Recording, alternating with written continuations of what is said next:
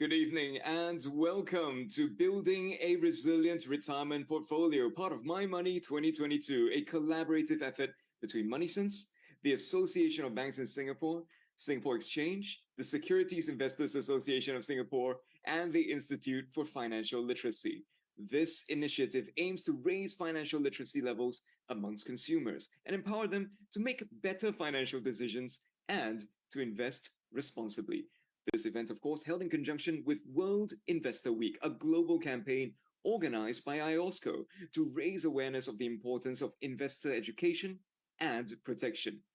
So this evening, we're going to look at inflation, we're going to look at rising interest rates, and volatile markets. All of these, the top concerns for investors right now.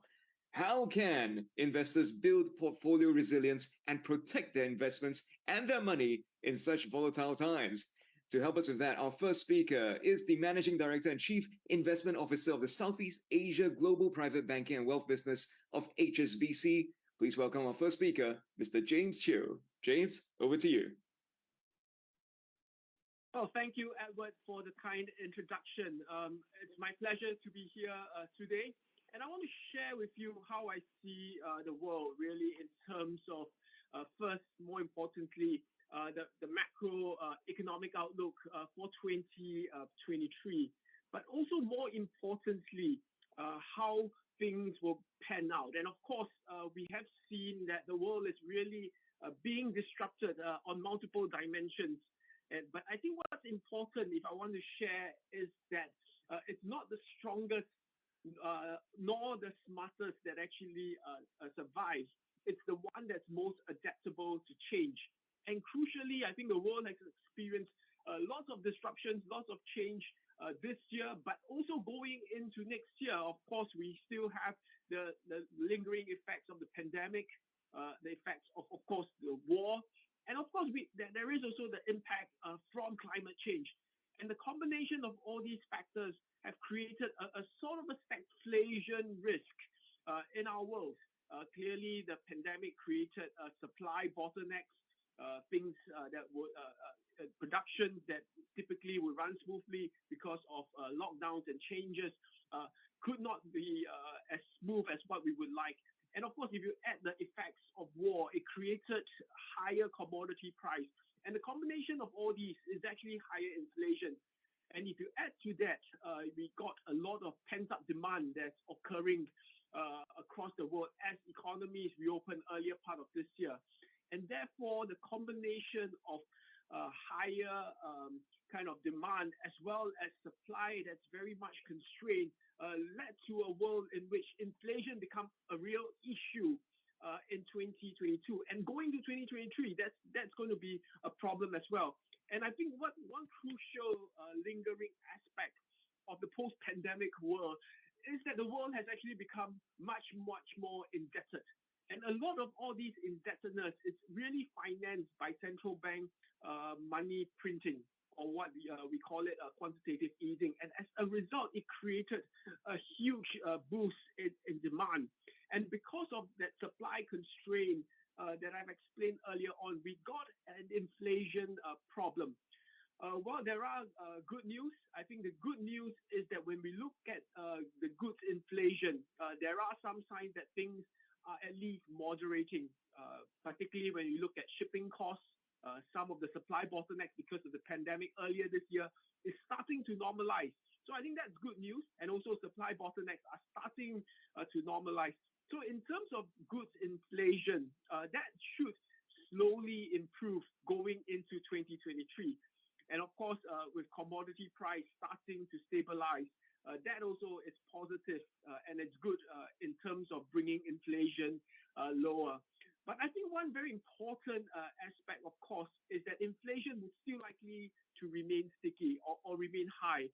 What do I mean by it is that service inflation, inflation related to rents, housing rents, for example, inflation related to wages is still likely to stay fairly high. So going into 2023, it's not likely that inflation would kind of fall back to the levels that we've seen pre-pandemic. It's likely to stay fairly sticky, fairly high. And as a result, what you're going to get is that central banks will still continue increasing interest rates, but they will likely pause the interest rate increase sometime in the early part of next year and keep interest rates high perhaps throughout next year so that inflation could actually fall down decisively. And because of the tightening by central banks, what we get, of course, is that there will be a slowdown in growth momentum. We have seen that happen already across the world. And clearly, I think what we are seeing is that even in Asia, the slowdown is very much on exports. The slowdown a lot has to do with the falling commodity electronic cycle that we are seeing as consumers shift their consumption patterns from goods to services. So we are seeing a reduction in demand for goods, and that's why inflation associated with goods has been falling. But also in the sense that there is also increased consumption in domestic consumption in services. So you do get a shift in growth drivers. So in a way, next year is going to be very challenging for the world. Some countries, particularly in Europe or in the UK, would enter into a recession. Some countries like the US will face a great risk of recession. And that's something that's still debatable because the labor market and the consumers there are still quite strong. But of course, there is also some pockets of strength. Southeast Asia, for example, still remains quite resilient, we think, going into 2023. So there are kind of various places which are going to grow slower. There are places that are still going to be fairly robust in 2023.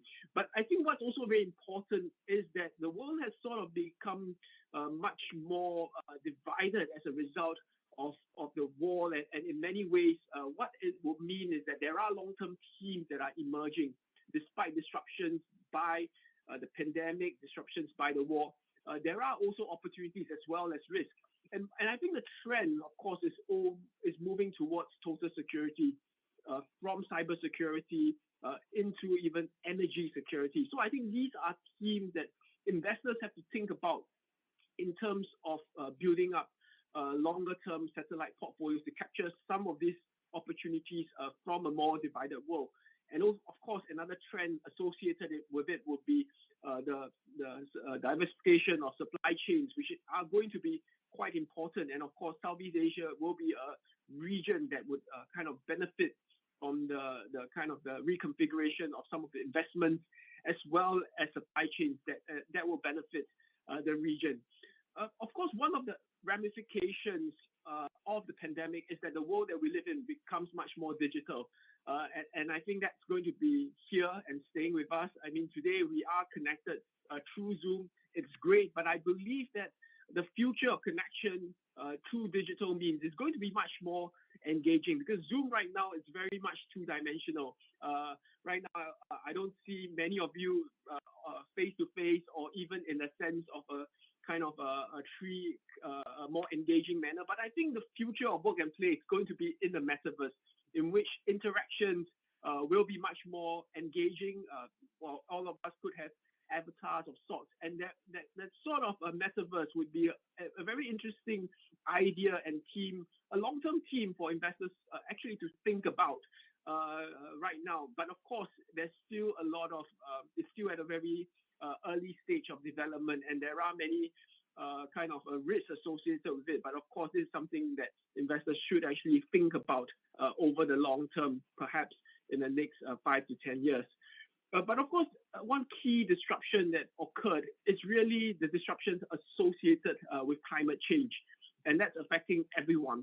But also because of climate change, there is a greater need for energy transition, especially towards renewable energy, whether it's solar or wind. And also because of the effects and disruptions from the war, there will be a greater amount of investments into renewable energy. And I think this trend is not just going to be seen in Europe, but I think it's going to be a very important trend also for Asia in the years ahead. And I think that's something that investors have to really consider when it comes to investing. And it is also a way in which investors can future-proof their portfolios when they look at companies that are positioned towards longer-term trends such as energy transition. And one very important aspect, of course, is that in a more disrupted world where things are going to be much more complex, you can't just use financial data like how we used in the past, profitability, debt ratios, return on equity. These are good things that all analysts should watch out for when they pick stocks or securities for their investments. But you have to add other qualitative factors such as environmental, social, and governance factor on top of those financial ratios to select the companies. Because what we found, of course, is that companies that score highly on ESG factors tend to manage their risk better because, of course, a company that scores well on environmental factors are less likely to have any environmental breaches. And, of course, they are less likely to face any issues associated with labor rights issue. And of course, ultimately, with a strong governance, they are able to tie the E and the S together and run the company to be much more sustainable and more profitable over the long run. So I think that's going to be a very crucial factor for investors to think about when they select their companies in the years ahead. But of course, in a way, sustainability is also an opportunity. Climate change could be one of the biggest threats to humankind in our lifetime, but also it can present a huge opportunity. And a lot of it is manifested in Asia, for example. In Asia alone, and even in Southeast Asia, we are going to see almost $210 billion of climate adaptation infrastructure that will be needed over the next 10 years. And a lot of these investments will need to be financed. And Asia is going to account for 22.5% of global green bonds. And I think that's going to be quite an interesting aspect to think about. And we can't ignore China in this whole green transition because as much as China is the largest carbon emitter, they are also the largest producer of renewable energy. And as a result, I think that there's going to be quite a lot of interesting investment opportunities associated with energy transition, but also more than that, it also includes sustainable infrastructure. It also includes sustainable agriculture, but also we have to think about how the future of our transportation will be, which has to be much more electrified, much more sustainable in the years ahead. And I think one aspect of investment strategy to increase resilience in your portfolio is to think about how I've described those disruptions that happen, but also to be positioned for longer term themes as I've laid out in this presentation. But importantly, there are a few principles to build resilience in your portfolio. And the most important one is actually about diversification. Everyone is different. You have your own, you are at a different age, a different cycle of life. So your returns and your risk objective is actually very different. So you have to first understand how much risk you can take. And then from there, you build a portfolio that suits your needs. And I think one important aspect to build a portfolio is to use data to look through different asset classes, equities, bonds, alternatives, commodities, etc., and put together a diversified portfolio globally that has global exposure. And that's the first step to optimize that ratio or that mix in terms of your portfolio. And after that, once you have built that diversified portfolio, you want to make kind of tactical tilts according to how the macro environment develops. One very important aspect, of course, is that I would say that for investors who have not yet started this process, now is an extremely good time given where markets are to start thinking about building a portfolio for your future aspiration. And clearly, I think in the near term, next 3 months, 6 months, it's going to be very challenging for the macro environment. Some countries might even enter into recession, but clearly it's usually such periods of time where you would have a tremendous opportunity in entering markets, in building up your portfolios, because a lot of the valuations you look at, whether it's in the equity market or in the bond market, are fairly compelling. Yes, near term, there might be some more downside or greater volatility. But if you have a sort of a longer term perspective, this is a good time to start thinking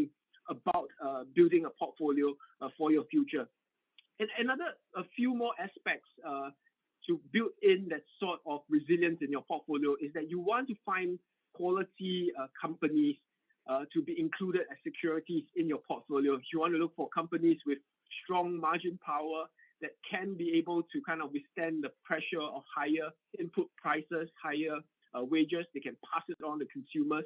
These are the companies, usually they are the top few companies within each of the sectors that they do very well. They tend to be market leaders. And you want to have companies that are able to adapt and and be positioned for some of the trends that I've mentioned, whether it's the digital or the sustainability revolution. And once you found those companies, you also want to match them against their ESG performance, whether they do well or not along these dimensions. And once you have those various checkbox in place, whether it's fundamental factors or even all these qualitative factors like ESG, then you want to kind of add those companies into your portfolio. But also another aspect to increase resilience in your portfolio is also income. Income, and especially income from multiple asset class, multiple sources. Clearly in the bond space, you also want to kind of build income there. And of course, also in the dividend side of things when it comes to equity market exposure. So I think to sum it up, I would say that it's ultimately there is a need to get diversification from your portfolio, given that the macro environment, at least for the next 6 months, is going to be quite challenging for most parts of the world. But of course, you should not be discouraged in a sense. You could always think of it as in every crisis, there is an opportunity, and use that opportunity to build resilience in your portfolio, look for quality, look for income, and diversify your portfolio. So with that, I will pass the time back to Edward. Thank you so much, James. That was really comprehensive. In such a short time, you've covered so much. So I'm sure a lot of you viewers are thinking, wow, I've got questions I want to ask James. That was, of course, Mr. James Chiu from HSBC. If you've got questions for him, head on over to pigeonhole.at and enter the following passcode WIW20OCT. That's pigeonhole.at, enter this passcode WIW20OCT. You'll be able to submit your questions as well as vote for the questions that you would like most to be answered. Now we're moving on to our next speaker. He'll be talking about building a portfolio for the long term. Of course, we want to plan for our retirements. This is why we work. This is why we invest, to make sure that we will be provided for and our families will be provided for in the long run. And to help us with this, we have the head of content and, of course, the investment lead from Prosperous, Mr. Tim Phillips. Tim, over to you. Hi, everybody. Thank you, Edward, for that introduction. So I'll get stuck into it. So James covered the macro pretty well, and you know, the kind of mega trends and themes that he's seeing from the macro perspective. So I'm going to dig down into more of what we're seeing on the sort of equity side, and where the opportunities are, you know, for investors. I think longer term, because at the moment there is definitely there are definitely opportunities out there. I just think you need to be selective. Okay. So, you know, where are interest rates headed? Everyone continues to freak out, even though the Fed is signaling that they will keep raising rates until inflation is in check, right? So the CPI number out, I think last week or the week before, was not pretty, but that's pretty expected. And I think the market is now pricing in 75 basis point hikes in November and December. So I think we're going to have 1.5% in the next, you know, before year end. So it's heading higher, but this is a reality, right? So we just have to deal with it. So how we deal with it is up to us, and how we position our portfolios. For me, myself, and this is a really great chart that I borrowed from our chief investment strategist, Seboon, and you know, he's a real market sort of historian and looking at past market losses. And you know, there's that saying that history doesn't repeat, but it rhymes. And so I think it's useful to look at what's happened previously in previous bear markets to understand where are we right now in the cycle of the bear market, right? So this is actually a chart looking at recession-related bear markets and where you had the U.S. market losses in that during those time periods. And so the average loss during a recession bear market is around 40%. All right, so that's pretty painful. Right now, we're down about 23% year to date from the highs. The high for the S&P 500 was set in early January this year. So we're down about 23% from the highs. So we're not there yet, but there are opportunities emerging, right? And so I think it's never too late to say you might think about putting money to work over the next sort of year or so, because it's already come down so much. But I wouldn't be surprised if we have another 10-15%, right? So I think just psychologically, you need to be prepared for that to happen.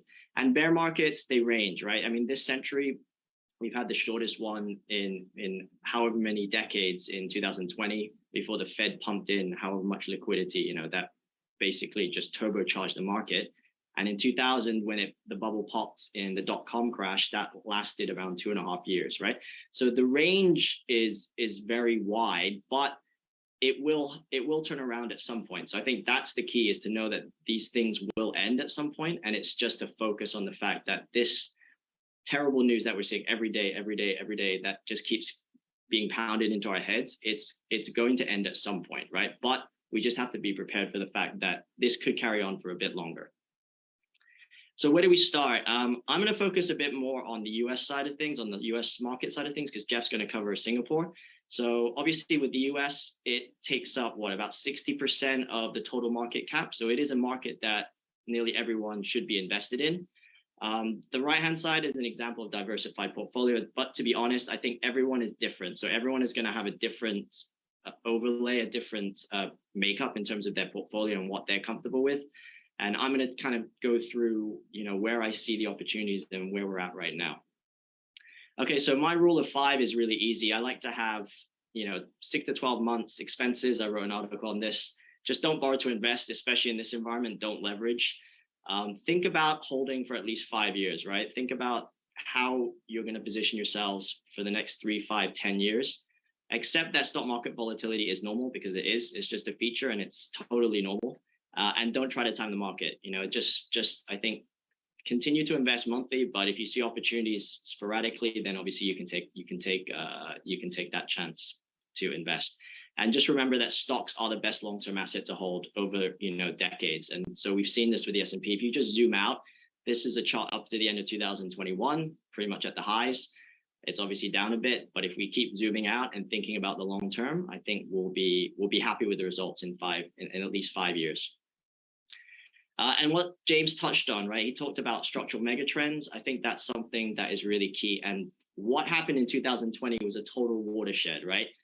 Everything shut down, but there was a real mindset shift and a psyche shift in terms of companies, in terms of corporates, in terms of countries, about thinking about net zero and this commitment to actually decarbonize the planet, right? And so I think, and you saw when the world shut down for about a quarter, it's like, oh, there's no emissions from cars, there's not as many emissions from planes, that, the world actually breathed a sigh of relief, literally, in terms of carbon not being in the environment. And you've seen countries and companies really commit to this net zero goal. And this they're not going to backtrack on this. They're not going to flip-flop on this. This is something that they are committing to for the next 2 or 3 decades.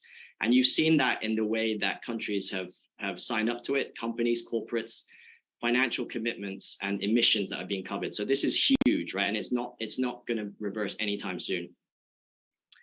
And this structural change, this transition is going to take decades. So you're not going to miss out on it by not investing in it today or next month or even next year.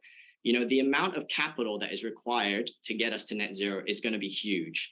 And the amount that is already being sort of touted, 130 trillion by 2050. I mean, that might be a bit insane for us to sort of wrap our heads around, but it's not a surprise, right? If you're thinking about annual investment capex, green capex for the economy globally, they're talking about 6 trillion, right? And so where is this going to come from? I think it's going to be really a combination of private and public partnerships and private and public investment, which kind of makes, segues into the next bit for me to touch on.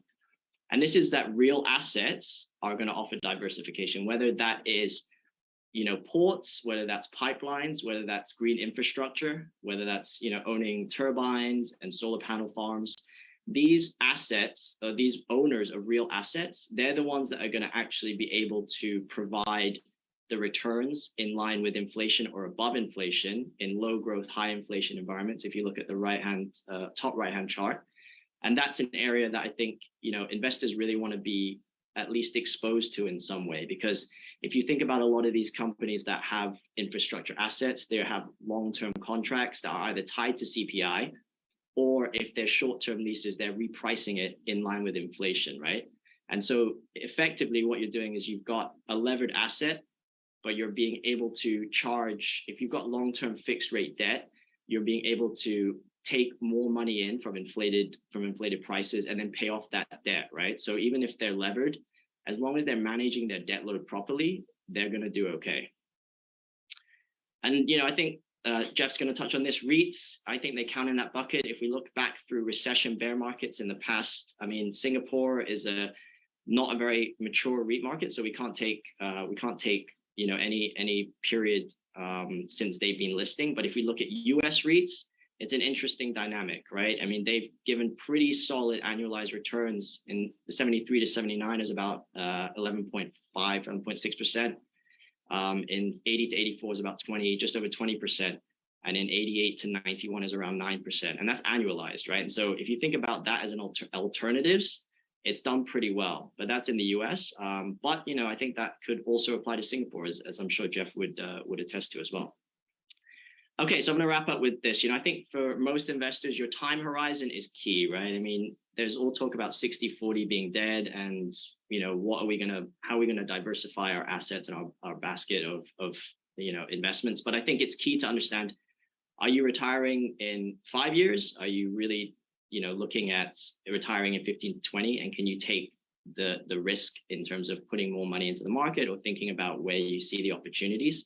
Because holding is really the key, right? I think the longer you hold, the less chance you have of losing money. And I think in this environment, it's difficult to think with that mindset. But if you stick to it, you'll be thankful in 3 to 5 years.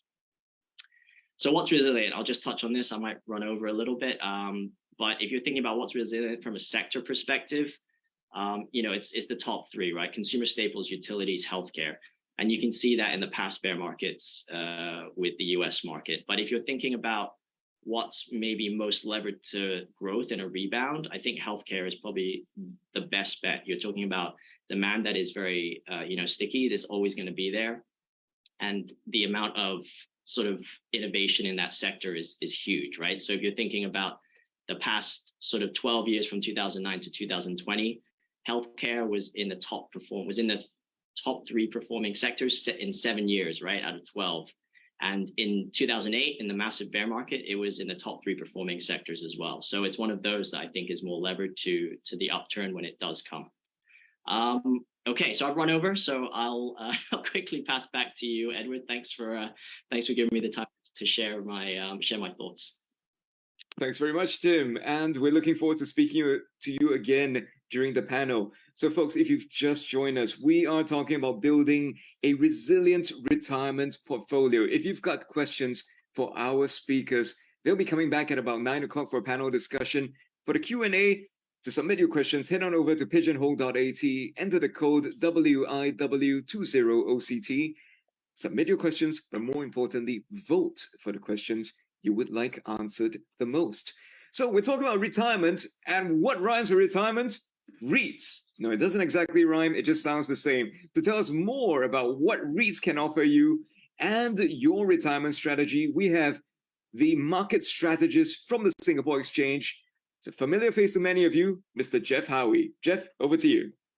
Thanks, Edward. I just want to take the next 10 minutes or so, provide a very quick educative overview of the Singapore REIT and property trust market, as well as the exchange-traded funds that are based on REIT indices. And I guess the emphasis is on those sub-industry metrics at the moment that investors would be looking at during this current wave of inflation, and obviously those higher interest rates that we're seeing across much of the globe, while the globe also contends with a slower growth outlook. So a gentle reminder, nothing in this is going to be advisory, rather a simple focus on facts and figures. So since July 2002, Tim, maybe maybe not, maybe a little bit mature, 20-year anniversary this year. Singapore has grown to be one of Asia's largest REIT and property trust markets. Local and regional reopenings have been a key theme for the S-REITs in the first 3 quarters of this year, and the sector has continued to attract more than its fair share of investor activity, with the sector representing more than 10% of the total market cap of the Singapore stock market, but more than 20% of the day-to-day turnover.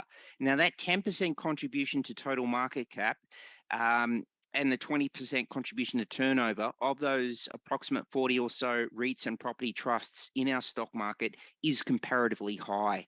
For some global perspective, going into this year, there was some $2 trillion of market value of global REITs. So that's around 2% of the global stock market. And they have been in the, as Tim was mentioning, been in the US since the 1960s. And while they make up, the US REITs make up a quarter of the 800 or so REITs listed across the world, US listed REITs do make up 60 to 70% of the total market value of all REITs across the world. So US REITs and their relevant drivers do have a significant impact on the fundamentals and the valuation of the global REIT market. Now, as many as 17 of the REITs and property trusts that are listed here in Singapore exclusively invest in properties outside of Singapore. And there are 20 of the trusts investing in properties in both Singapore and outside of Singapore, with the remaining 3 REITs investing purely in Singapore. This includes as many as 11 trusts with properties in China, 9 REITs with properties in Japan, and 6 REITs with properties in Malaysia. This also means that 80% of the trusts owning and managing overseas assets from across the Asia Pacific, the United States and Europe, and S-REITs, which also makes it one of the world's most international REIT markets. The trusts are also highly diversified across property types, with a balance across retail, industrial, office, and hospitality properties, in addition to multiple REITs investing in healthcare-related properties and specialized REITs such as data centers. So as of the end of September, the average distribution yield of the listed REITs and property trusts here stood at 7.2%. This trumped the Straits Times Index yield of 4.1%, the MAS's benchmark 10-year bond yield of 3.5%, and core inflation of 5.1%. Now, despite the backdrop of increasing rates, where Singapore 10-year bond yields had increased 120 basis points thereabouts in the first half of this year, the FTSE ST REIT index was still offering a higher spread of around 270 basis points. And in terms of debt levels within the sector maintains average gearing ratio, which represents total debt divided by total assets, of around 37%. And that is lower than the regulatory limit of 50%. For the REITs and the property trusts, a lower gearing ratio can indicate a greater capacity to undertake more debt when needed for future acquisitions, while a higher gearing ratio could lead to credit concerns, especially during economic downturns. The sector also, on average, secured around 75% of their borrowings on fixed rates when we looked at that mid-year. So looking at the question, can REITs beat inflation? This question has been asked for many years prior to this current bout of inflation, particularly in the US, where NAREIT would tout that REITs as having more inflationary hedge type of characteristics than the broader stock market. However, the current challenges are broader than just inflation. They are also firmly hinged on a slower global growth outlook. Okay, given the challenges of the past 2.5 years, I thought it might be useful to show how S-REITs have taken a proactive role, though, in basically their capital management to increase unit holder value by divesting, recycling, acquiring, or in some case, merging with other property portfolios of other REITs. So portfolio acquisitions can be funded not just through debt, but through secondary fundraising such as placements and rights issues. And we saw last year, close to half of the S-REITs listed on SGX announced asset acquisitions valued at more than 12 billion Sing dollars in total purchase consideration. That acquisition drive has continued somewhat in the first 3 quarters of this year, with 18 REITs announcing acquisitions in the vicinity of 7 billion. Now, this included 6 trusts announcing deals in September, which are lined up here. They were valued at around $2.7 billion in total. For investors concerned on the ability for REITs to raise rents in line with inflation and the outlook for decelerating growth, rental reversion is a metric, pretty much a key metric used to show whether new leases signed have a higher or lower rental rates than before. As an example, the previous earnings season saw multiple industrial REITs report positive rental reversions. For example, a Singapore industrial REIT that maintains all its properties in Singapore saw a 17% positive reversion in the second quarter of this year, which was their 9th positive quarterly reversion in the past 10 quarters. However, the slowdown on the global electronics trade that James was talking about has had a dent on manufacturing sentiment, which may have some impact next year on the ability for industrial REITs to raise rents on the warehouses, depots, and logistics centres. So this is just one risk to be mindful of. And then you must also be cognizant that 7 of the 8 industrial REITs listed in Singapore have such properties listed outside, have so many properties listed outside of Singapore, and thus respective regional and global growth rates also matter. Investors should also consider whether REITs tenants are due for rental renewal, and if likely to be a positive rental renewal, it can be better for short-term leases, but if not likely to be a positive renewal due to corporate belt tightening, then longer leases may have been preferred.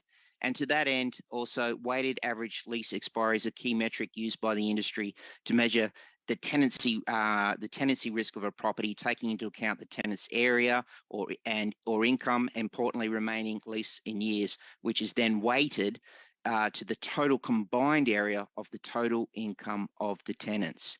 So in terms of correlation to S-REITs, they have a diverse base of investors ranging from institutional, private wealth and retail. They have been increasingly a bigger part of investor portfolios. Take the FTSE ST REIT index or the iEdge S-REIT index. Both have delivered higher yields and less volatility when compared to the Dow Jones, the Nikkei 225 and the Hong Kong's Hang Seng in the past. And they can also provide solutions to portfolio managers that look to spread risk over different asset classes based on correlations. REITs, ETFs, I just want to quickly touch on the quick 2 minutes, where they provide instant diversification across various subsectors and geographical regions at a lower execution cost, as opposed to building a similar portfolio through investing in all the individual REITs. They maintain lower trading costs by a one-off execution using the ETF instead of buying the individual REITs for a diversified portfolio. Okay, and ETF managers will make the necessary decisions to that relate to the corporate actions, such as rights issues, stock splits of the underlying securities on behalf of the unit holders as well. Here's the list of the 5. The combined AUM of the S-REIT ETFs has increased in the last 2 years from $455 million in August of 2020 to $801 million as of this week. At over $800 million, these S-REIT ETFs represent more than 40% of the $1.8 billion combined AUM of REIT ETFs in Asia Pacific ex-Japan globally. 4 of the 5 S-REIT ETFs also rank among the 5 highest yielding of all the 30 ETFs listed for trading on SGX.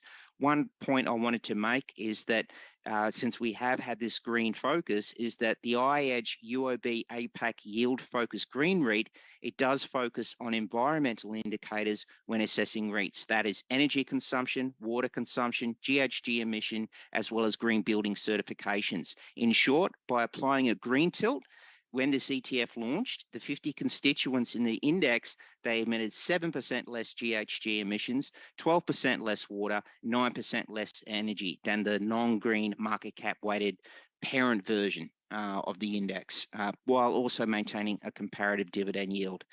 So in essence, ETFs, they still do carry market risk, and investors do need to consider their appetite for such risk before investing. And in summary, what these REITs are providing are investors an opportunity to take equity in the trust and thus participate in the income that's generated by the tenants of those properties, while at the same time bearing the risk associated with the value of the property assets and the cost of financing the properties. Thank you so much. Thanks very much, Jeff. And that was, of course, Mr. Jeff Howie from the Singapore Exchange, the SGX. Now, he mentioned at the end there the importance of and the impact of what some of these green-leaning or green-featured ETFs were doing. There was water saved, there was reduced pollution. These are all really important things. If we think about what we're able to do for the environment as an individual, it's very little. But when you invest in the right companies, in the right fund managers, in the right funds, there can be a much bigger effect.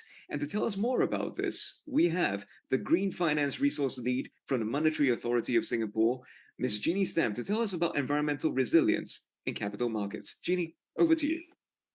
Thank you, Edward, for the introduction, and thank you to everyone for joining us. So you've heard from the other speakers today about ESG data issues, about energy security, about the sustainability opportunities, especially for green and transition CapEx to help the net zero transition. We talked also about green REITs, as you touched upon just now, Edward. So with all of this in mind, let me kick off by a quick introduction to MAS's Sustainable Finance Initiative so that you have the industry context to place that in. So if you flip to the next slide, please. We have 4 key areas of work. MAS seeks to strengthen the Singapore financial sector's resilience to climate and environmental risks through environmental risk integration into our supervisory framework, through climate scenario analysis and stress testing, through comparability and reliability of disclosures, and through financial institutions' transition plans for cutting emissions. Our second pillar is to develop a vibrant sustainable finance ecosystem to support Asia's climate transition. And this is where climate and green financing mechanisms such as blended finance or the public-private partnerships touched upon earlier fit in, with sound and vibrant carbon markets, sustainability data that's reliable, and capacity building and research. Now, Singapore's official foreign reserves are managed by MAS, and we want to ensure that our reserves investment portfolio are well positioned for the transition to a low carbon future. So that means protecting the reserves against physical and transition risk of climate change, but also benefiting from opportunities presented by the transition to a low carbon sustainable future. And last but not least, MAS is walking the talk. We're reducing our own carbon footprint to support Singapore's broader climate commitment on achieving net zero by mid-century. Next slide, please. Now, I would like to zone in on the first pillar, which is environmental resilience, and share some developments with you in the regulatory space with regards to asset management and how MAS is taking steps to enhance environmental resilience here. Now, in December 2020, MAS published environmental risk management guidelines with the aim of enhancing the resilience of asset managers' funds and mandates to environmental risk. These set out our supervisory expectations on sound environmental risk management practices, and asset managers are expected to implement them in a commensurate manner to the size and nature of the activities. So although retail investors are not in scope, there are a lot of useful insights and guidelines that can be applied. And as we will illustrate on this slide, the guidelines provide guidance on sound environmental risk management practices across 5 key areas. For governance and strategy, the board and senior management of asset managers play critical roles in determining asset managers' strategies, business plans, and product offerings. So they should oversee the integration of material environmental risk into the investment risk framework. On research and portfolio construction, asset managers should evaluate the potential impact of material environmental factors on an investment's return potential. For sectors with higher environmental risks, asset managers should develop sector-specific guidance internally to support their investment personnel in assessing the issues pertinent to these sectors. For portfolio risk management, asset managers should put in place appropriate processes and systems to assess, manage, and monitor the impact of material environmental risk on an ongoing basis. They should also develop capabilities in scenario analysis to evaluate their portfolio resilience and valuation under different environmental risk scenarios. We recognize that this area is nascent, and we encourage everyone to develop capacity to conduct these themselves or to understand the results of that are done by other players. On stewardship, we expect our asset managers to exercise sound stewardship to shape positive corporate behavior and manage environmental risks associated with the investee companies. And lastly, asset managers should disclose their approach to managing environmental risks in a manner that is clear and meaningful to their stakeholders. So asset managers should take reference from international reporting frameworks, including the recommendations by the Task Force on Climate-Related Financial Disclosures, TCFD, and in time to come, the standards set by the International Sustainability Standards Board, ISSB, which I'll touch upon later. Next slide, please.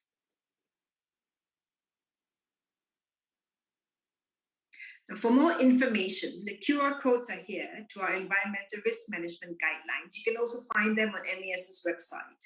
Now, we've published an information paper which has many examples of what asset managers can do to level up their environmental risk management capabilities, regardless of their size.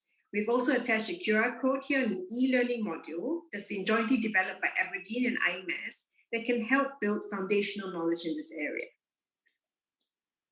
If you haven't already started on this journey, we urge you to start now. Hesitance to address environmental risk concerns can be costly to your portfolio and to the broader economy, and of course, to the world in which you hope to retire. So even with imperfect information, you can do something. Next slide, please. Now, in July this year, MAS set out in the ESG circular on our expectations on disclosure and reporting guidelines for ESG funds. So this was intended to mitigate the risk of greenwashing. We haven't touched upon that in the panel today yet. And also to facilitate greater comparability in the disclosures made by retail ESG funds. So this will enhance investor protection and also allow investors to make more informed investment decisions. Now, this circular applies to retail investor funds that use or include ESG factors as their key investment focus and strategy. This means that the ESG factors significantly influence the scheme's selection of investment assets and represent themselves as ESG-focused schemes. Now, an ESG fund prospectus should disclose the scheme's ESG focus, be that climate change, sustainability, a low-carbon footprint. It should disclose the relevant ESG criteria, methodologies, and metrics used to measure the ESG focus. It should also include the sustainable investing strategy used by the scheme to achieve the ESG focus and any relevant ESG criteria, metrics, or principles that are considered in the investment selection process. So, for example, a climate-focused fund may use climate-related indicators, such as the weighted average carbon intensity or GHG emissions to carbon-related assets. Now, a reference benchmark is used, and also, finally, the risks associated and limitations with the ESG focus and investment strategy. For example, concentration in investments with certain ESG focus and limitations of ESG data, which I'll come back to later. And the annual report should include a narrative on how and the extent to which the scheme's ESG focus has been met, including any comparisons with prior periods. Next slide, please. I previously mentioned the risk and limitations associated with ESG funds, such as limitations on ESG data. Now, these limitations affect all funds, not just ESG funds. So I'd like to share some findings by IOSCO, which conducted fact-finding exercises in 2021, which included an extensive engagement with around 60 asset managers across 19 jurisdictions to determine how asset managers use sustainability information and what information they consider as decision useful. It also included a detailed desktop analysis of the corporate reports of 90 companies across 5 sectors and 6 jurisdictions to understand what's the current state of sustainability information that investors are getting. And finally, 2 global stakeholder roundtables to collect views on the practical implementation of a global system architecture for sustainability disclosures.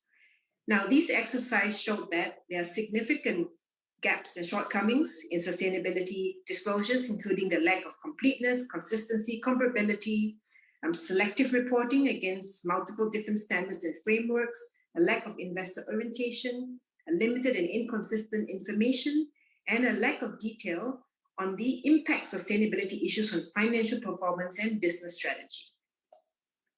And next slide is, please. Now, the good news is that there is timely progress towards improving ESG disclosures. Earlier on, I touched on the ISSB disclosure standards. Now, the IFRS Foundation established the International Sustainability Standards Board in November 2021, and ISSB standards are intended to act as a global baseline for sustainability reporting. So with widespread adoption, ESG disclosures will be more consistent and comparable. The standards went through a consultation earlier this year and are likely to be finalized by early next year. Now, IOSCO has an essential role to play in evaluating these standards for use by its over 130 member jurisdictions for cross-border purposes in issuer sustainability-related reporting requirements. And the due process for IOSCO's potential endorsement will begin after ISSB has published its final standards. In parallel, IOSCO has also begun work with international standard setters for audit and assurance to promote this global common approach to independent and high-quality assurance of sustainability disclosures as the new reporting standards emerge. This is important that investors can rely on these disclosures. So if the endorsement criteria are met, IOSCO will encourage its members to consider these standards when they set disclosure requirements at national and regional levels. On MES's side, for mandatory reporting, we will consult with the industry on ISSB-aligned disclosure requirements for financial institutions once the ISSB standards are finalized. And the Singapore Exchange RegCo has also indicated its intention to align its sustainability reporting requirements with the finalized ISSB standards and targets to consult on this next year on 2024. So I hope this gives you a flavor of the various steps that MES has taken to boost investor protection, combat greenwashing, and enhance environmental resilience in the investment space. Thank you. Thank you very much, Ms. Jeannie Stamp from the MAS. That's very reassuring for me to hear, because there is always this, when you listen to companies claiming that they're going to go net zero, they're going to go carbon neutral, you're not sure that they're going to be held accountable for what they're saying, but knowing that regulators are all signing up to come together and make sure these things happen, it's very reassuring to me, because yes, as Ms. Jeannie Stamp said, we only have this one planet that we're planning for retirement for. Now, if you've just joined us, we are talking about building a resilient investment portfolio for retirement. So if you have any questions for our speakers and panelists, please do head over to pigeonhole.at, enter tonight's code WIW20OCT. That's pigeonhole.at, enter the code WIW20OCT, and you'll be able to submit your questions, but more importantly, also vote for the questions you would like answered. I'd like to invite all our panelists back. That's Mr. James Cho, Mr. Tim Phillips, Mr. Jeff Howie, and of course, Ms. Jeannie Stamp. And we're going to start the panel with the top voted question. So it said, this one is very much for Tim. It said that the 60-40 portfolio is no longer applicable or relevant in today's environment. Is this true? And what are the alternatives if we want to diversify and we want to protect against the downside? So 60-40, Tim. Yeah, well, I think it's come at a good time in terms of this is a very relevant issue. But if you're looking at the bull market in bonds over the past 40 years, I mean, I guess that had to end at some point. And traditional wisdom suggests that if the Fed starts cutting rates, then bond prices go up, and so that should help in a recession. But at this point, it's the reverse, where they're raising into a economy that's booming, but it's probably going to start to slow down at some point. So as I sort of outlined previously, I think there are some really good options either in real estate and real assets like REITs, or in infrastructure assets, or in sort of, I guess, real income generating assets that are actually producing cash flows that will grow, right, with this inflationary environment, even though there's a slow growth environment as well. So that's key. I mean, a lot of people talk about commodities as another aspect. You talk about, I guess, things like nickel and copper and the amount of metals and precious metals that are going to be needed to go into either batteries or EVs or all this infrastructure over the next 2 decades. It's humongous, right? I mean, it's mind-boggling the amount of metals that are required. I think that's more of a marginal position, though. I mean, it's not something you would be allocating sort of 15-20% of your portfolio to. So it's something you could have a position in. But if you're thinking about more, I guess, traditional defensive sectors, I mean, what James had mentioned in terms of just quality stocks, dividend income stocks, companies that are quality, that are market leaders, that are also producing real cash flows. I think that's really key for most investors that are thinking at least 5-10 years ahead. Very quickly, Tim, you mentioned commodities. So what about energy, oil, natural gas? Yeah, I mean, to me, that's going to be part of the asset mix, right? I mean, that's going to be part of the transition. So they're going to be needed. It's just, for me, from a long-term perspective, investor, I'm putting on my long-term investor hat on. I don't want to be stuck as a shareholder with stranded assets in maybe like 10 or 15 years time, right? So I think what you're seeing a lot of energy companies do now is just milk as much of it as they can, right? They're just getting as much cash as they can out of these assets. And they're not producing more because they don't want the price of oil to fall too far. So it's more like they're focusing really on cash flow, on returns to shareholders, and they're being very, very disciplined, which is why I think you've seen these companies do so well. It wasn't like the last boom and bust where they just went crazy and started drilling for shale. It's more like they're focused on production, they're focused on returns to shareholders, and they're focused on cash flows, right?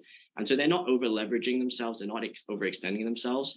So I think short term, that's fine. That's a fine place to be in. But I'm just thinking, do I want to be there in 10 years time in oil and gas and fossil fuels? Probably not, right? So I think if you're a short-term investor looking at the short-term upswings, that's fine. But if you're thinking long-term, like I wouldn't be invested in those sectors personally. Thanks very much for that, Tim. Next one is for James, because James, this was your presentation pretty much, but maybe you could give a top 3. What are some of the risks that investors should keep in mind as we go into 2023? Yeah, I think investors, there are lots of risks that could actually happen. But I would say I think most of the risks would come from the economy. It will come from inflation. Of course, I mean, the most optimistic scenario about inflation is if we do get inflation starting to normalize next year, and then central banks need not increase interest rates further. They could, in fact, guide interest rates lower next year. If that's the kind of an ideal scenario, a soft landing of sorts where you don't even get even a recession, that would mean that risk assets would actually bounce back up significantly. But of course, there are risks. That is an optimistic scenario. You have to think about what if things go wrong. And it could. Let's say commodity price continue to escalate higher. Inflation, instead of stabilizing, it goes even higher. And as a result, what you might get is you might have a risk of central banks increasing interest rates even more than what's currently expected or priced in the market. That could be a big risk, and it could actually bring kind of the world into a recession, and it might be a little bit more prolonged at the same time. So I think the risk really comes from the economy, it comes from policy, and I think also there are a lot of factors that are outside policy control, whether it's the effects of pandemic, whether it's the war, or even climate change, for instance. So I think what's very important is that we have to accept that these are the risks out there, and investors really have to be nimble when it comes to deploying their capital. And I think it's very important to build resilience in the portfolio, whether it's largely through diversification, rebalancing and reviewing your portfolios regularly, and ultimately including quality stocks, building income from multiple streams into your portfolio. And of course, if inflation continues to be very sticky, you want to look at real assets, you want to look at commodities as some sort of a hedge. So I think these are the principles to bear in mind, but nevertheless, I think a risky situation or risks are always present when it comes to investing. It's a new normal now, isn't it? Looking at Europe, especially politically, and also we're looking at the risks involved there with regards to the energy crisis. Lots of things to worry about, but it's what we have to deal with. Next question is for Jeannie. Jeannie, this question is about whether investors should exclude companies from their portfolio if these companies underperforming for ESG performance. And is a follow-up question also there. Why would companies want to disclose or be transparent about any ESG issues that they might have if they're going to be penalized by the market? So Jeannie, I'm going to direct this question to you. Yeah, sure. I think first thing to remember is that sustainability is a journey, right? And it's an evolution. So just as business models evolve to take into account the changing environment and the business environment, that is, whether it's changing policies, changing consumer preferences, and changing geopolitical events, in the same way, climate or ESG issues are factored into business models as well. So companies that are starting perhaps later than some of the international peers should feel confident to take the step forward, because everyone needs to transition. We all need to. Countries need to transition, companies need to transition, whether it's through mitigating their own impacts or through building resilience. So it's about having a vision, a strategic narrative that you can communicate with your investors. What is your transition plan? Do you have a credible transition plan as you navigate the waters, right, when the world is moving towards a net zero sustainable economy? And how are you also tapping into the opportunities, whether that's through your own business model, being able to adapt and to take hold of these opportunities in terms of changes in your products and services, but also whether you're also tapping into the new pools of capital, whether it's green and transition finance, green bonds, etc. So it's very much a intrinsic part of business and finance. And so companies should not feel that they will be penalized because they need to tell a story, a forward-looking story, not what's behind. It's about the change, it's about how they deal with an uncertain future. Also, Jeannie, there is this impression that a company that's transparent about their ESG factors is a company that's a lot more honest, because if they can be transparent about things, about their ESG factors, then they're more likely to be honest with the rest of the things that they're reporting as well. Do you think that's true? I can't comment on whether that there is a correlation there, but I would say that if you look at global regulators and their increasing requirements for sustainability disclosures, this no longer becomes something that you can choose, but we're all moving towards some form of mandatory reporting, and investors are demanding that. So if companies are not disclosing, they're actually not meeting investors' information needs. So at the end of the day, it's really about, does the market function well? This is sufficiently transparent and efficient. And that's what we are trying to do through our work in Singapore, but also through our work with international platforms such as IOSCO, which is working closely with the ISSB to provide input as to what IOSCO deems to be a standard that's fit for purpose for disclosures. Thanks very much for that, Jeannie. So next question is for Jeff. Jeff, this is a question about Singapore and Singapore's economic performance this year. So Singapore's economy and the performance in Singapore's stock market. What's the correlation like for this year, Jeff? Yeah, I think there's always a lot of correlation. I think I've always said that a lot of the great things about Singapore do transcend into the stock market. There's strong financial services being a cornerstone of the economy, are a very big cornerstone of the STI. Manufacturing makes up some 20 to 25% of our GDP. We also average around 200 million Sing dollars a day of turnover in stocks that have manufacturing relevant activity. So we do see somewhat correlations, but should that's directional correlations, but should point out, of course, that we have a lot of stocks here in Singapore that have a lot of regional revenue reach and base their assets across the region. And that's not just international companies listing in Singapore, but obviously Singapore companies that have operations elsewhere in Asia. The growth has been strong, as we've seen, comparative to most countries, and the performance of the STI has also outperformed many of the global benchmarks. But that's more to do with the concentration of banks in the STI and the less exposure to the technology sector in the STI. But I guess the case in point is, as we said, that manufacturing segment makes up around 20 to 25% of our day-to-day turnover, our industrial production in Singapore has expanded close to 4.5% for the first 8 months of this year compared to the same period of last year. However, the electronics cluster across all the subsegments, it has recorded back-to-back declines year on year for both for July and August.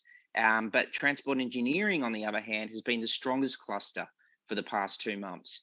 And very similarly, technology stocks have led the year-to-date net fund outflows of our iEdge SG Advanced Manufacturing Index over the first 9 months of the year, while averaging double-digit percentage declines in total return. But on the other hand, industrials were the strongest segment, with close to 30 stocks seeing something like $90 million of net fund inflows over those 9 months. And that, of course, was driven by transport engineering. So you do see some of these key economic themes that do resonate into the stock market per se. Case in points, REITs too. If I just broaden the horizon a little bit, and just as we were talking about REITs before, you do remember in 2020 and 2021, manufacturing global trade was relatively resilient because we could, there weren't so much of consumer-facing businesses that had to really crack down on safe distancing measures and so forth. So they were particularly manufacturers that were able to stay open and keep fully staffed and keep trade going, keep manufacturing going. Very strategically important industries. Now, the industrial REITs all across APAC, they averaged total returns of something between 25% and 30% for those 2 years, while every other single REIT listed across APAC actually averaged a decline in total return of 4%. So I guess, yeah, you have those broad directional correlations, but when you do filter through and do some homework and look in not just in the sectors, but the different industries that make up the sectors, it's interesting to compare, the economic developments with those subsector moves. Wow, thanks very much for that, Jeff. We're definitely going to have more questions about Singapore later on. I'm going to come back to James now, because just moments ago, it's been announced that Liz Truss has become the shortest serving UK Prime Minister. Liz Truss has resigned as Prime Minister. This sort of thing is unheard of. In our lifetimes, we've never heard of leaders just going through a revolving door like that in the UK. James, do you have something to comment on that? And is that something that we are likely to see in this, this sort of volatility in politics going forward? James, your thoughts? Well, I think if you look at it, as how I've mentioned earlier, it's really the risks associated with the economy, which is so hard to manage. And that ties to politics and leadership as well. So, of course, because of the very challenging macroeconomic environment, the policy coordination and prescription has to be accurate and precise. And I think what's happened, of course, is we've seen certain issues associated with policy over in the UK, in which on the monetary side initially, of course, the fight was against inflation, but on the fiscal side, initially, there was a sort of a policy flip-flop. Initially, one on the budget, a minute budget, and thereafter kind of backtracking to kind of focus on inflation, because you don't want different policy, whether it's the monetary side and fiscal, to be of different direction. If they were to coordinate and arrest inflation, it both has to be coordinated. It should not negate each other, which we saw how it created all these uncertainties associated with policy and with markets, and of course with the economy.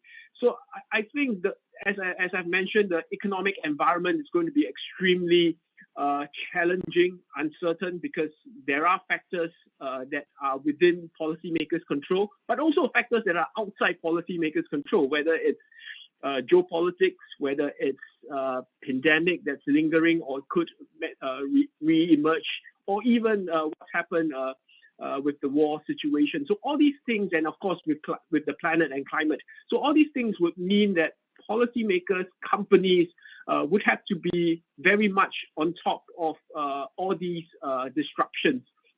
everyone, including investors, governments, and corporations, really have to adapt in this much more difficult and of course all these disruptions. But I would say that there is of course silver linings in the sense that you want to be invested in countries, in companies that actually can adapt to these disruptions in a much better way. And I think that that's really the theme of it, to look for quality companies, to look for countries that can still have resilient growth amidst this very difficult and challenging times. Yeah, we're all looking for safe havens now. Sorry, Tim, go ahead. Oh yeah, I just add on. I think it's symptomatic of the fact that the UK is kind of viewed as an emerging market now with the pound and how much it got absolutely crushed against the dollar and the kind of I guess political ructions that are going on there.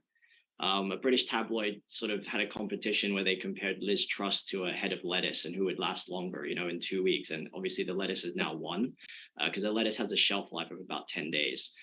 So, post her crazy mini budget, it's kind of indicative of the polarization that's going on just generally, I think globally. You saw a far right party get elected in Italy. You're seeing a lot more of a deglobalization trend, I would say, away from what we've seen over the past 20 years, which has been globalization.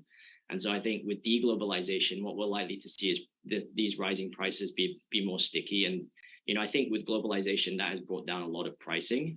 It's kind of been more frictionless trade, and prices have come down across the board. And so I think what we're going to see over the next maybe 5-10 years with this deglobalization trend, and especially with China and the US, is that we're going to see prices go up, and it's going to be a lot more sticky than we expected it to be. And that's kind of indicative with Europe. I mean, I know the market is super bearish on Europe. It's super bearish on China. That's one reason why the dollar's been so strong, is because it's not as though the dollar is doing great and the US economy is doing great. It's the best of a really bad bunch of countries out there. So it's like Europe's not investable because of the energy crisis. UK's, going off a cliff. China's got COVID zero. So everyone's really just flocking to the US dollar. And I think this kind of relates to, why things like gold haven't done well, is just because the US dollar has been so strong. And that's a sign really of the times. I think it's uncertain. There's a lot of uncertainty, both politically and economically. And I think it's probably going to be with us for a little while longer. Yeah, thanks for that, Tim. And thanks also, James. Jeff, I'm going to come to you because we're talking about safe havens. Singapore has been a bit of a safe haven. The STI a lot more defensive than a lot of other major stock markets. What was the reason for that? You very briefly mentioned that it was because there's so much the banks are such a big part of the STI. But can you tell us more about that, Jeff? Yeah, sure. Banks make up 45% of the STI. The second next best, our biggest, I should say, next biggest sector of the STI is the REITs, which make up around 12-13%. But I guess, yeah, banks have been a lot more defensive than tech stocks this year. And banks make up only 5% of the STI. 5% of the S&P 500. So banks make up around 5 to 7% of the global stock market. But as I said, make up 45% of the STI, around 20% of our total market cap. So we are, pretty strong in the bank sector. And generally, banks do benefit from higher interest rates. Globally, though, the sector has not seen runaway returns this year with the higher interest rates. And that's due to the sudden cost push nature of this bout of inflation and the significant policy response that it has also seen follow. And the potential impact of both those two factors on economic and corporate growth is what has weighed some of the banks globally this year. But the rising interest rates, as we said, they have provided a boost to the net interest incomes of DBS, OCBC, and UOB, and that's through net interest margins, and they are largely determined by the average rate paid on liabilities versus the average rate received by the banks on the assets of the banks, and that contributes to the overall net interest income, along with the growth of loan books, which is really important. And for the trio, so far this year, net interest margins have risen for all three banks, but as did loan growth as well. And loan books, they are also driven, as we say, by economic and corporate customer growth. And all three do expect loan growth in the mid-single digits for the remainder of the year, for the full year. But we'll know a lot more next week. So I think UOB starts off next Thursday, reporting before the market open, and then we have OCBC and DBS the following week. I think that's the order, but all three will be reporting and commence reporting next Thursday. So technology as well has been, it was weighed at the end of last year on supply chain constraints and the spike in energy costs in the beginning of the year. Then the higher interest rates, the less consumer growth in China, a number of factors have seen the global technology stocks reprice. More recently, a lot of that repricing has been on the back of new trade policy from the US back on the night of the Friday, the 7th of October, basically putting export controls on semiconductors to China, which has caused another further move down by global tech stocks, in particular semiconductor stocks. And as I said, we don't have that much representation of tech stocks in the STIs, just Venture Corporation at the most. And our most traded tech stocks, AEM, UMS, GVT, Franken, ISDN, and so forth, are not STI stocks. Yeah, but those are the ones taking a big hit. So earnings for local banks coming up soon. Hopefully, I'm sure investors are hopeful that they'll be just like the American banks that were reporting recently, very strong results from them. We'll see. Next one's for you, Jeannie. We've got some viewers who are asking about, and this is a fair question. I'm a mainstream investor. Why do I need to be caring about this? The company's impact on the environment, on society, because these are not these don't affect the finances. They don't appear on the balance sheet. They don't affect the P&L. Jeannie, what's your response to them? Is there an impact actually? Yes, I would say that materiality is a dynamic concept. So it depends on the issue involved, depends on the stakeholder, depends on the time frame, the context. So what is not today financially material, meaning it's neither recognized nor disclosed in financial statements, doesn't mean that it will not become material over time due to changes in technology, government policies, investor preferences, as well as customer preferences. So the outside in today, in terms of impacts to the company, those are well recognized and they are considered and reflected. But the inside out, and that's where the impacts that a company has on the environment and society may over time come back to bite it and affect its long-term profitability, but also investors are having strong ESG principles and are choosing where they wish to invest money, and they may decide that they wish to allocate capital to companies that are sustainable, that are minimizing the negative impacts, and so not having so many externalities. So it's basically a lens into the future as to what may become important. And also, as I touched on earlier, there is only one planet. And so companies that are making profits through free riding on environmental externalities may not necessarily be the best bet for the long term as things, as externalities are dealt with through policy changes. Yeah, thanks very much for that, Judy. Sorry, Edward, I'd add it's also a form of risk mitigation, right? So companies that are not going to adhere to these standards in future are going to be punished by the market. And you've kind of seen that in certain cases already. And I think if you're a responsible CEO or management team, it's just part of your risk management spectrum, and you're just going to take that into account. Otherwise, the market will punish you. So I think it's going to be pretty clear in the next sort of decade. Yeah, and Tim, I do want to ask you about this. Do you think that is a good evolution of how markets are valuing companies? That is making companies behave in a much more responsible, much more, shall we say, good manner? Yeah, I mean, that's positive, right? It's positive for the planet. It's positive for shareholders. It's the question about transparency, I mean, what you had said, it's like if they're hiding that, what else are they hiding? So I mean, if it's bad, it's going to be found out eventually. So you may as well come clean, right? It just makes no sense to hide it because people are going to find out and they're going to punish you for it. So you may as well be honest and then try and make rectifications to it and approve. I think it's, you know, the market acknowledges that no company is perfect, right? I mean, the ESG scores that you see, I mean, they're quite subjective in a sense because there's no real standardized framework at this point, but it's more of a loose grading of their efforts and how they're trying, right? So I think it's more, as Jeannie had said, it's more a journey and an evolution. It's not like you click your fingers and you're suddenly Mr. Perfect A, you know, Mrs. Perfect A on ESG. It's going to take time, and there are processes that are going to be put in place. There is a transition to renewable energy. It's not going to be overnight, as we've seen, and the amount of capital expenditure that's going to be required. So I think investors have to also have that same sort of patience. It's going to take time, but as long as they're setting goals, as long as they're making progress, I think the market and investors will reward the best and the leading companies that are doing that. Thanks for that, Tim. Next one's for James. James, you work with private banking clients, a lot of high net worth individuals. So these people will probably be asking, have been asking you and the rest of the bank, what is going on with gold?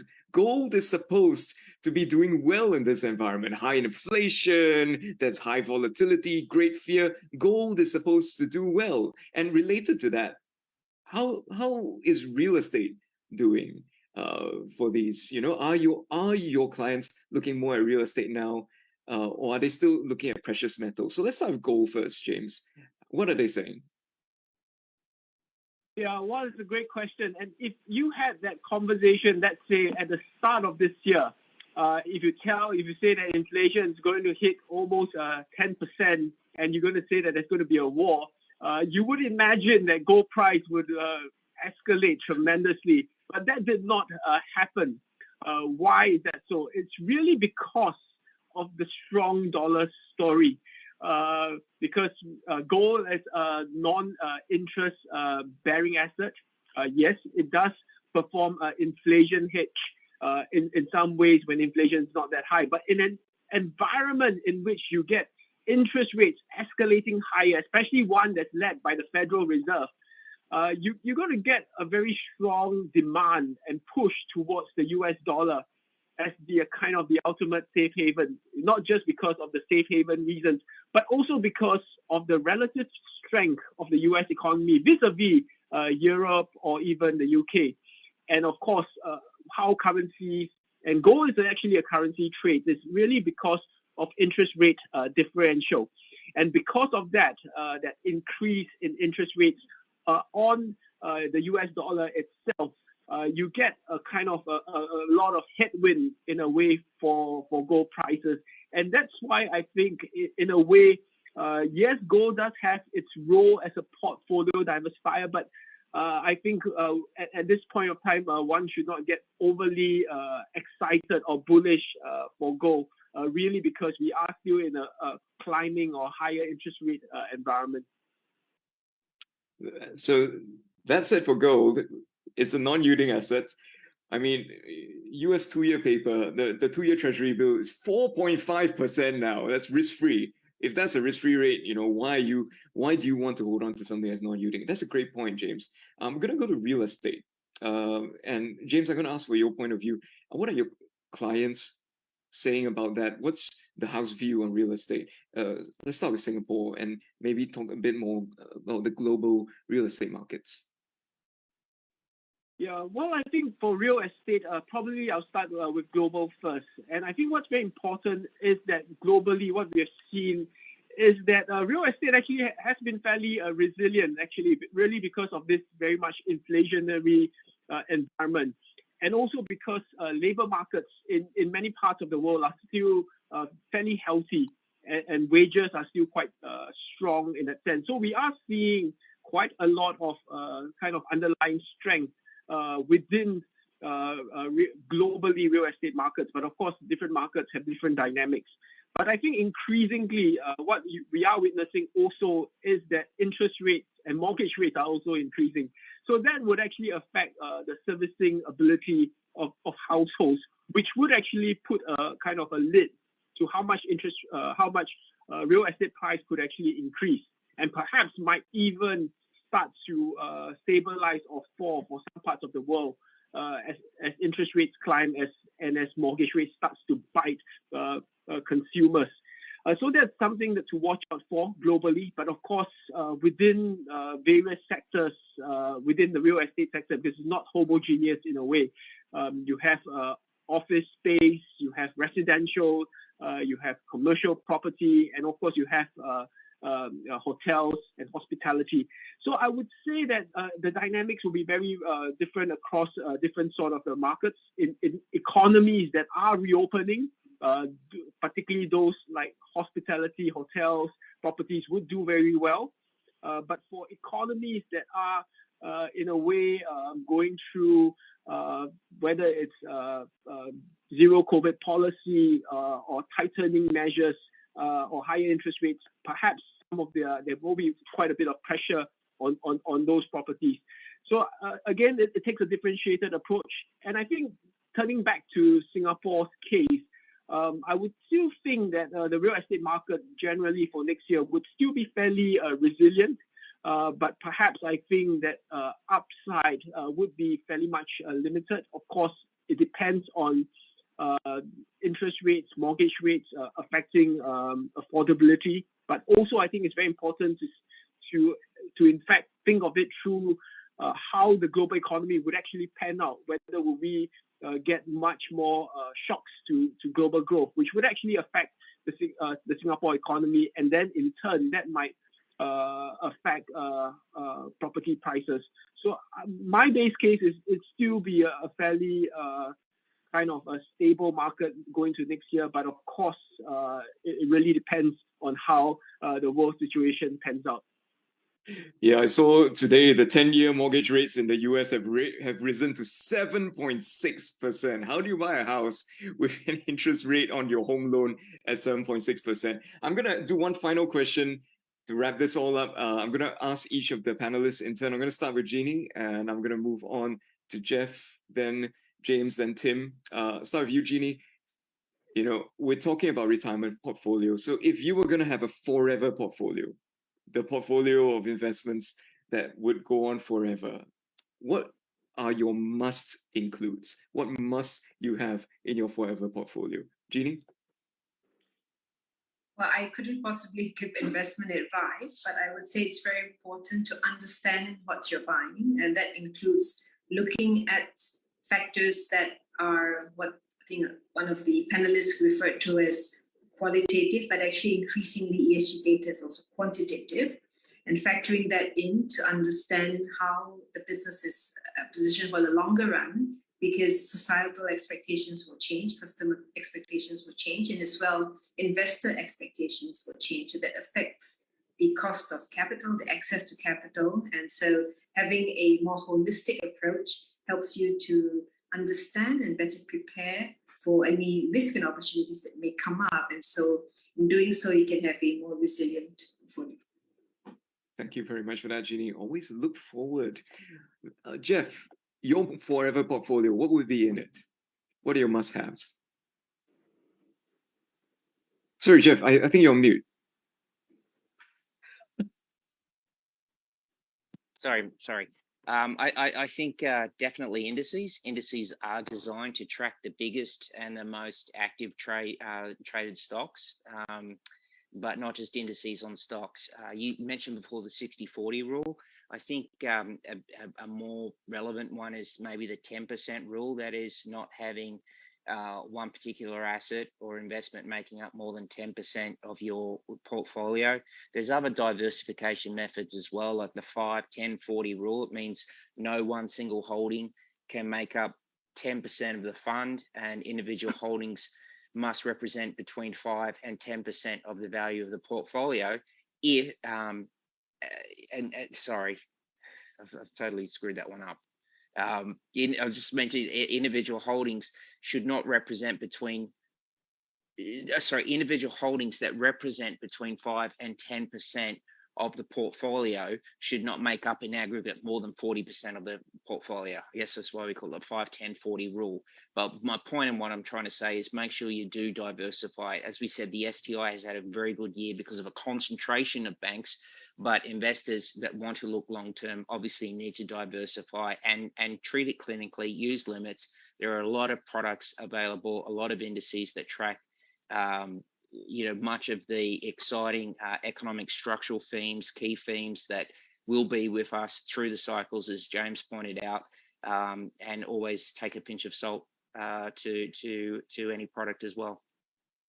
Great, thanks for that, Jeff. James, over to you. What's in your forever portfolio? Well, I would rather leave some investment principles rather than exact prescription, but clearly diversification is very important, and diversified portfolio that suits your investment and risk objectives. I think that's very crucial to build that. And once you build a diversified portfolio, typically most people are very much focused on whatever they're comfortable with, and it tends to become too concentrated. So you want to be globally diversified across the world and also across different asset class. I think that's very important. And the next thing that's also very important is that time in the market is more important than timing the market. And I think that's very important to, once you have a diversified portfolio, it's hard to always buy at the lowest of the low. It's to actually construct the portfolio, use this time, use this volatility to construct your portfolio and hang in there, because that's how you build up your savings. That's how you kind of grow your investments to let the magic of compounding interest grow over time. And I think that's very important to not try to time the market, but rather having a diversified portfolio to let that grow over time. Thanks for that, James. And last but not least, Tim. Yeah, I mean, I think all the panelists, spot on in terms of their advice. And I would just say, you really have to have quality. I think this year has really shown what quality is, what quality means in terms of either, your stocks, your bonds, like whatever you're holding, REITs. I mean, I would encourage also listeners to think of REITs as an alternative, right? It is really an alternative asset class. It's not really a traditional equity. So, there's traditional conventional wisdom about how much you should be allocating to REITs and depending on your risk appetite, but everyone is very different, right? So I think what you're comfortable with in terms of your individual position, what Jeff said in terms of stocks, I mean, there's definitely caps, I think, that to be responsible, but then everyone is going to be very different in how they invest and how they view risk. Some people are quite happy with their stock to fall like 20% in 6 months or 50%, and they're quite happy holding it, but other people are not, right? So if you're that type of investor, then I think you need to understand what your limitations are, what your psychology is in terms of what you're holding, and really just gear your portfolio towards what you're comfortable with, right? But understand the structural mega trends that are behind what's driving the world. And just think outside the box. There's alternatives, there's ETFs to access loads of different things like infrastructure, REITs, just your plain vanilla S&P 500, and think about dividends as a growth engine. I mean, I personally, when I think about dividends, I try to think about dividend growth because I'm still, relatively young, I'd like to think, in my mid-30s. But if you have your 15, 20-year timeline, do you want a dividend stock yielding 6% and that's growing its dividend at 1 or 2%, not really keeping up with inflation? Or do you want a dividend growth stock that's yielding maybe 2.5 to 3%, but growing that dividend, compounding it at 15, 20, 25% for 10 or 15 years? For me, I prefer the latter, because at the end, your yield on cost in 10 years is going to be insanely high, right? So it's more about just thinking what's your timeline, what's your time horizon, and just having a good mix of those types of yield stocks with dividend growth stocks, with tech stocks, with different sectors, but be comfortable. I think at the end of the day, you've got to understand yourself and be comfortable with your risk you're taking. Thanks very much, Tim. So in summary, diversify, make sure you know your risks, and be comfortable with the risks you're taking. Don't put all your eggs in one basket, folks. Think for the future. Thank you again to all of our speakers, Mr. James Cho from HSBC, Mr. Jeff Howie from the SGX, Mr. Tim Phillips from Prosperous, and Ms. Jeannie Stam from the MAS. So thank you to all our viewers for joining us. But if you enjoyed that session, we'd like to encourage you to join us in person in 9 days' time at SMU Hall for our final event for World Investor Week. That's Building Investor Resilience in a Changing World. Our world is changing very much indeed. We'll be talking more about inflation, interest rates, the volatility in the markets, and we'll be focusing on protecting our investments and portfolio resilience as well. So what can you look forward to? Well, it's a free event, there's free food, there's a goodie bag, but more importantly, you get great financial advice. You get to speak to the Daily Catch-Up, one of the most popular podcast channels in Singapore. There'll be booth activities where you can learn more about scams, dispute resolution with financial institutions. You can even play a game where you can get in the mindset of a scammer, so it helps protect you against losing your money. Folks, $88 million were lost this year alone. 2 scammers. So keep an eye out for that. It's a really great event. And also there's a very special optional sign up for one-to-one consultations with MoneySense financial experts on the recommended steps you can take to improve your personal financial health and well-being. So many things to look forward to. Sign up for that right now. It's free of charge. That's available. It's going to happen on October 29th, 2 p.m. to 5 p.m. at SMU Hall. Thanks for joining us this evening, and we really appreciate that you also give us your feedback. Please scan the QR code. Let us know what you enjoyed, and let us know how we can improve to make things even better for you. Thanks for joining us this evening. My name is Edward Choi. I've been your MC, and we look forward to seeing you again very soon. Good night.